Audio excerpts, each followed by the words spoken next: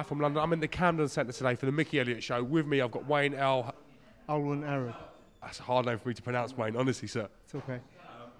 First and foremost, congratulations on retaining the title. Great fight. Could you talk me through it a little bit? Well, it was difficult because I had to really dehydrate to get to weigh in.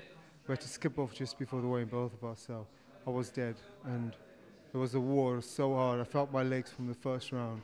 And I knew from the first time I hit him and I bounced off him, instead of him bouncing back, I knew it was going to be a long fight. Did you feel like kind of fatigued before you actually got into the ring tonight? Of course, yeah. Very fatigued. But it was a tough fight. Do you think, having not making excuses, but if you weren't fatigued, you may have got him out of there? Or do you think it was a fight that was going to go the distance regardless? No, I got to give him some due. He did well. He was a good fighter. It's a very good fight to watch, per se. He's a smart fighter. One way or another, I wouldn't have got him out there, but I would have outboxed him a lot better had I been hydrated. Anyway, it's lesson learned, right? Listen, you got the W. That's the main thing. You're going to be moving on from here, sir, you know? Got the W, kept the belt.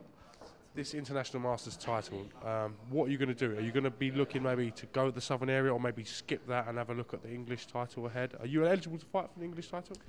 I am, but I'm looking more to try and get into the European end. Yeah? Yeah.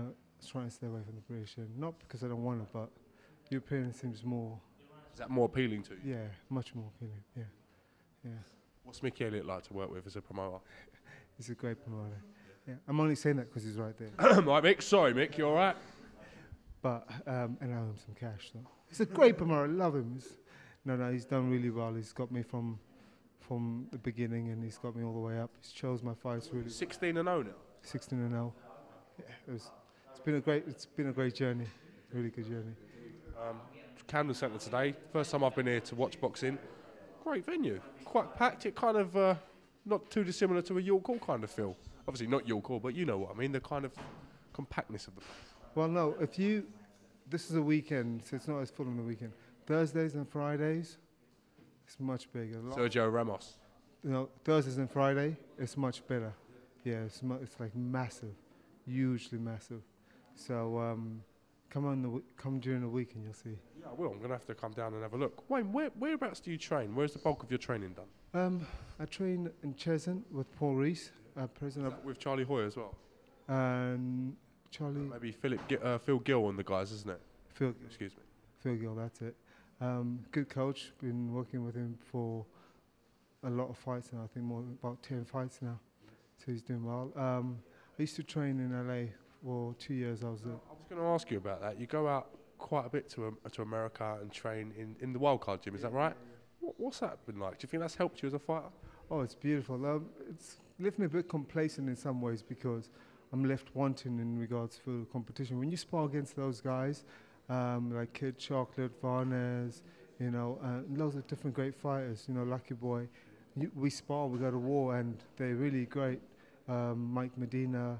The only problem is when you work with that caliber, you kind of jump the gun and you assume you're there already, and it's only sparring. So when you come back and you fight the real fight, you kind of overstep your mark. You know, you kind of make yourself kind of push yourself a little bit further and try things maybe a little bit cockier. Yeah. Yeah, exactly. Where you should be learning the trade a lot more. I've got a long way to go. Yeah. It's good to just keep grounded and keep humble, isn't it? I'm just glad that I can keep learning, you know. There's something to go back and work with. Do you anticipate defending this belt a couple of more times? What's going on? I don't know, actually. We'll see. Hopefully there's no other brothers, because I got the belt off the first brother. So I hope there's no brothers. I'm like, bloody hell, these guys are tough. I can imagine. You look like, to us, you look like you've been in a fight today. You know, I've seen you before, and sometimes you come out unscathed. Today you do look like you've been in a war, sir. Yeah, this was a war. Listen, I want to thank you for taking the time to talk to iFILM London, and I just want to read your opponent's name out before I get this right. I want to big up Ambrosi Sutidze on an absolutely great fight. Have you got a message for him? Beautiful fight, my friend. I know you can't understand English, but your brother was a great fighter, and he gave me... You've got another brother, don't bring him over. He gave me a hard time, and you gave me an even harder time. Well done. Love you guys. P.S. No more fights in your family. That's it. Okay, you've heard it here first. Wayne, I want to thank you for taking the time to talk to iFILM London, and we look forward to seeing you out in the future. Well, thank you very much. This is James Helder for iFILM London. Thank you very much.